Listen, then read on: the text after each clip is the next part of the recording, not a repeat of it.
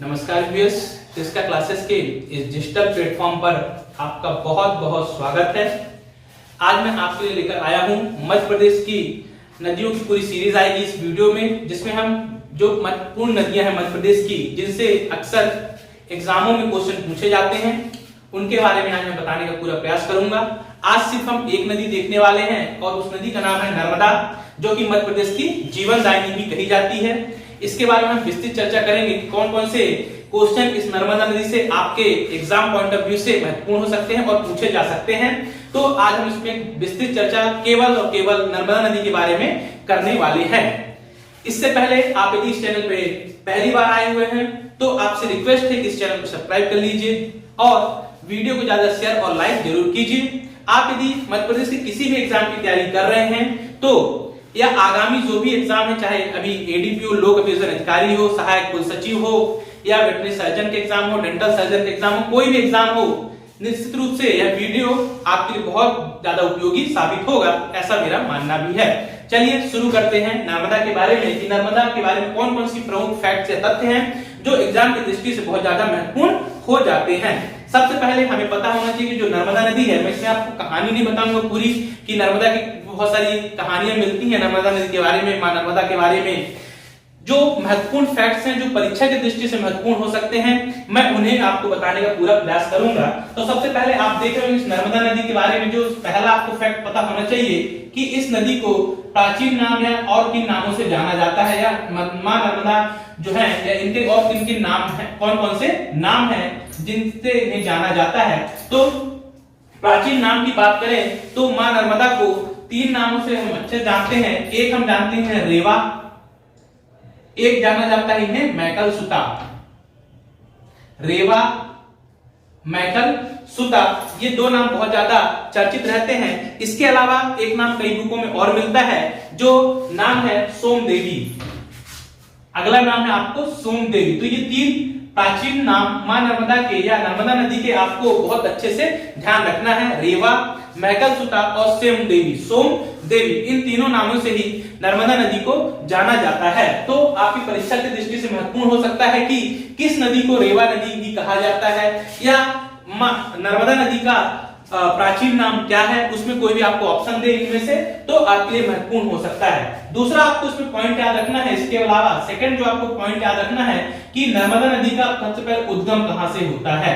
नर्मदा नदी का जो उद्गम है यह कहां से होता है, तो आपको याद रखना है जो नर्मदा नदी का उद्गम है यह कहां से होता है, तो यह अमरकंटक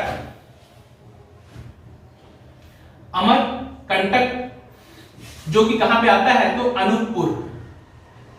अनूपपुर जिले के अमरकंटक की जो पहाड़ी है, अमरकंटक की पहाड़ी से मां नर्मदा का क्या होता है, उद्गम होता है। इसे आपको विशेष रूप से ध्यान रखना है कि यहाँ से तीन नदियों का उद्गम होता है, नर्मदा, सोन और जोहिला, तीनों नदियां यहाँ अमरकंटक से निकलती हैं। तो नर्मदा नदी का भी उद्गम होता है आपके अमरकंटक, अनूपपुर डिस्ट्रिक्ट से है।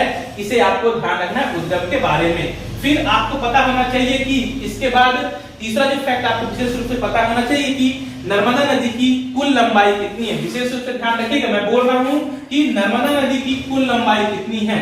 ये दोनों में अंतर है कि मध्य प्रदेश में नर्मदा की लंबाई कितनी है और नर्मदा नदी की कुल लंबाई कितनी है, दोनों में विशेष अंतर होता है। देखिए नर्मदा नदी की जब कुल लंबाई की मैं बात करूं आपसे कि कुल लंबाई कितनी है, तो आपको ध्यान रखना है जो कुल लंबाई है नर्मदा नदी की ये कितनी है, 13-12 किलोमीटर। कितनी है, 13-12 किलोमीटर यह नर्मदा नदी की कुल लंबाई है। लेकिन यदि आपसे प्रश्न पत्र पूछा जाए या परीक्षा में पूछा जाए कि मध्य प्रदेश में नर्मदा की लंबाई कितनी है, नर्मदा नदी की लंबाई कितनी है, मध्य प्रदेश में नर्मदा नदी की लंबाई कितनी है, यह यदि आपसे क्वेश्चन पूछा जाए पेपर में, तो आपको याद रखना है कि मध्य प्रदेश में नर्मदा नदी की लंबाई 1077 किलोमीटर है। कितनी है, 1077 किलोमीटर है। इसे आपको ध्यान रखना है। अगला आपको याद रखना है, इसके बाद अगला जो पॉइंट आपको याद रखना है कि नर्मदा नदी का समापन, एक हो गया उद्गम, फिर है समाप्त कहां पे होती है, समापन कहां पे होता है, तो आपको याद रखना है खंभात की खाड़ी। वो स्थान कहां पे है, खंभात की खाड़ी, भारूच के निकट खंभात की खाड़ी में जाकर मां नर्मदा का क्या हो जाता है, समापन हो जाता है। तो ये कुछ महत्वपूर्ण फैक्ट्स आपके जो नर्मदा नदी विशेष रूप से हर एग्जाम में पूछे जाते हैं कि प्राचीन नाम क्या, तो आपको पता होना चाहिए रेवा, मैकलसुता या सोमदेवी के नाम से हम जानते हैं। मध्य प्रदेश में इसकी लंबाई कितनी है, तो आपको याद है 1077 किलोमीटर मध्य प्रदेश में लंबाई है। फिर नर्मदा नदी की कुल लंबाई कितनी है पूछा जाए तो 13-12 किलोमीटर है। फिर नर्मदा नदी का समापन कहाँ होता है, तो भारत के निकट खंभात की खाड़ी में जाके समाप्त हो जाती है। अब मैं यदि फैक्ट्स के बारे में बात करूं, इसके अलावा जो महत्वपूर्ण फैक्ट्स हैं, तो अगला हमें पता होना चाहिए कि नर्मदा नदी कितने जिलों से होकर बहती है। तो याद रखना है कि मध्य प्रदेश में नर्मदा नदी, मध्य प्रदेश में जो नर्मदा नदी है 15 जिलों से होकर बहती है। 15 जिलों से होकर इसका प्रवाह है या बहती है, 15 जिलों से होकर बहती है। इस बात को आपको पता रखना होना चाहिए कि मां नर्मदा जो है मध्य प्रदेश में कितने जिलों से, तो 15 जिलों से होकर बहती है। फिर और दूसरा फैक्ट की बात करूं तो जो मध्य प्रदेश की सबसे बड़ी नदी है मां नर्मदा, जो है मध्य प्रदेश की सबसे बड़ी नदी, मध्य प्रदेश की सबसे बड़ी नदी कौन सी है, सबसे बड़ी नदी है नर्मदा। मध्य प्रदेश की सबसे बड़ी नदी है, देश की यह 5वीं बड़ी नदी है। देश की बात करें तो देश की यह 5वीं बड़ी नदी है। देश की 5वीं बड़ी नदी कौन सी है, तो देश की 5वीं बड़ी नदी है नर्मदा। इस फैक्ट को भी आप विशेष रूप से ध्यान रखिए।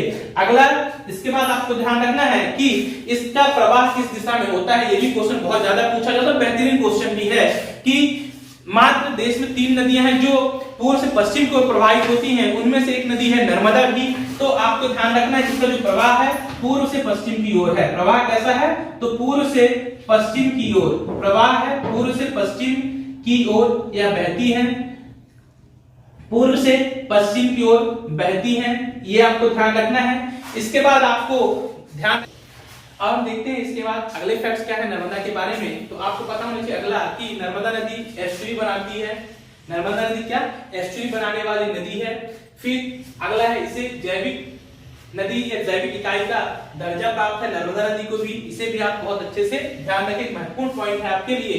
इसके बाद आपको पता होना चाहिए कि मध्य प्रदेश की जीवनदायिनी किस नदी को कहा जाता है, तो मध्य प्रदेश की जीवनदायिनी कहा जाता है नर्मदा नदी को कहा जाता है मध्य प्रदेश की जीवनदायिनी। अगला आपको फैक्ट याद रखना है कि टॉलमी ने जो टॉलमी हुए हैं, इन्होंने क्या कहा था नर्मदा को, तो टॉलमी ने नर्मदा को नामोदस से संबोधित किया हुआ था। तो टॉलमी ने नर्मदा को नामोदस कहा था। तो आपसे प्रश्न पूछा जा सकता है, पूछा ही गया है कई एग्जामों में कि नर्मदा को नामोदस किसने कहा था, तो टॉलमी ने। या क्वेश्चन घुमा के पूछेगा तो आपसे पूछेगा टॉलमी ने नर्मदा को क्या कहा, तो आंसर होगा आपका नर्मदा को नामोदस से संबोधित किया था। अगला है जो नर्मदा नदी है यह भ्रंश घाटी के बीचों बीच बहने वाली नदी है। ड्रिफ्ट वैली के नाम से जानते हैं। भ्रंश घाटी के बीच बहने वाली नदी कौन सी है, तो नर्मदा नदी है। कौन सी दो पर्वत श्रेणियों के बीच से बहती है, तो आप याद रखें सतपुड़ा और विंध्याचल जो पर्वत श्रेणियां हैं इनके बीचों बीच बहने वाली नदी है। इस बारे में अच्छे से ध्यान रखिए। अगला देखते हैं कि हम इस नदी है, इस नदी पे कौन कौन से प्रमुख जलप्रपात बने हुए हैं। तो आपको याद रखना है इस जो नदी पे जो इस नदी पे जो जलप्रपात बने हुए हैं, पहला जलप्रपात आपको याद रखना है कपिल धारा।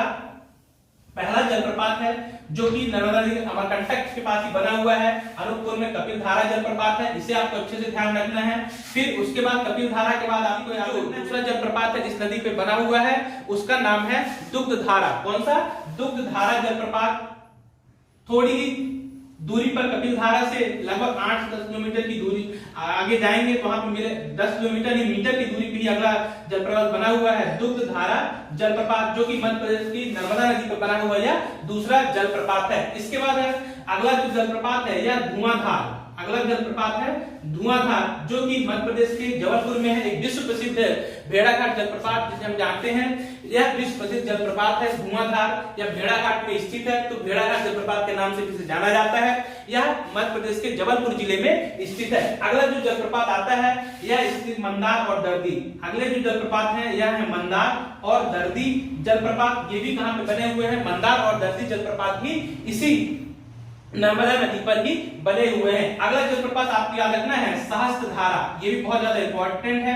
सहस्त्रधारा जलप्रपात जो कि कहां पे आता है, तो यह खरगोन डिस्ट्रिक्ट में आता है सहस्त्रधारा जलप्रपात। इसे भी आप बहुत अच्छे से ध्यान रखना है कि सहस्त्रधारा जलप्रपात खरगोन, महेश्वर खरगोन में यह बना हुआ है। तो ये महत्वपूर्ण जलप्रपात जो इस नदी पे पूछे जाते हैं बने हुए हैं कपिलधारा, दुग्धारा, धुआंधार, मंदार दर्दी और सहस्त्रधारा जलप्रपात आपको अच्छे से ध्यान में रखना है। इसके बाद अगला जो पॉइंट आपको परीक्षा की दृष्टि से याद रखना है कि इस नर्मदा नदी पे कौन कौन सी परियोजनाएं क्रियान्वित हो रही हैं या चलाई जा रही हैं। तो आपको याद रखना है कि नर्मदा नदी पे जो महत्वपूर्ण परियोजनाएं हैं, आपको 3 बड़ी परियोजनाएं इसमें अच्छे से याद रखना है। जो परियोजना है सबसे पहले आपको याद रखना है कि सरदार सरोवर परियोजना, सरदार सरोवर परियोजना जो कि मध्य प्रदेश में की नर्मदा नदी है जो इस पे बनी हुई है। सरदार सरोवर परियोजना आपको याद रखना है, गुजरात में है, बहुत ज्यादा चर्चित परियोजना है। इसका विगत कुछ वर्षों पहले ही इसका क्या गया उद्घाटन या देश के नाम से समर्पित किया गया इस परियोजना को, सरदार सरोवर परियोजना जो कि गुजरात में है। और इसमें 4 स्टेट जो शामिल हैं,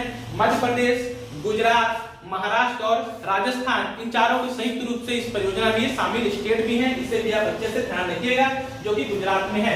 दूसरी जो परियोजना है आपको याद रखना है रानी अवंतीबाई सागर परियोजना, रानी अवंतीबाई सागर परियोजना, रानी अवंतीबाई लोधी पूरा नाम इनका, तो रानी अवंतीबाई सागर परियोजना के नाम से हम इन्हें जानते हैं।